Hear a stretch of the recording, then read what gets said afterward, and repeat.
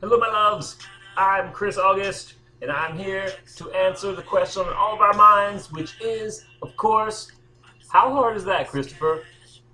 Right now, that is picking and breaking down a mango.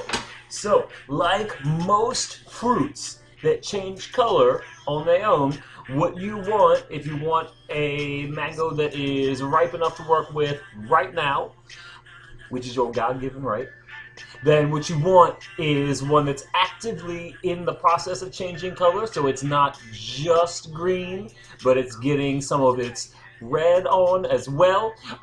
Usually the more the better, but the biggest test is the touch test for the mango. So if it gives to your touch just like an avocado should, then that's where you want it. Now, when you're breaking down the mango, the biggest challenge is the fact that it has an enormous brain. And by brain, I mean seed. That is nothing like a brain.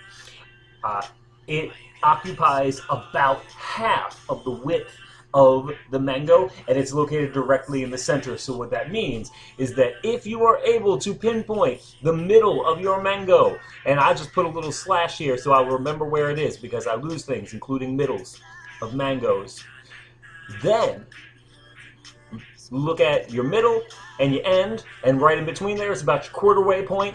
If you cut there, you will get yourself just on the happy side of that seed.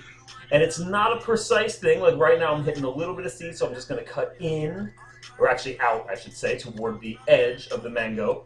From there, it gets really easy because now you got a flat edge, and you can do the same kind of thing, just eyeball what seems like about the quarter mark, right? And we're just going to go down. So what I'm doing now is I'm essentially estimating what the quarter mark is in my mango on every side until it ain't got no more round edges.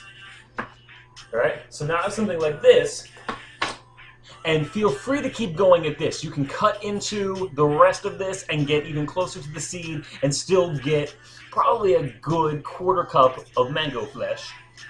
Then, when you're working with the edges that you have cut off, and I am going to cut toward myself because it gives me more control. I also ain't got great eyesight, so I'm going to do a little closer to myself than some folks are comfortable with. If you're not comfortable with holding it in your hand, you can certainly put it down. But I like to live on the edge, you know? I mean, that's what fresh produce is for. So I'm just going to score, and I'm just doing one cut down the middle, and then I'm going to really carefully saw toward the skin, and now I am going to put it down because it gets a little dicier here, or really more slicey because we're not dicing right now. Right. Then you got these two fabulous little strips of mango, and you can continue cutting them in, and you just do the same thing for all of these. Here's what I will say.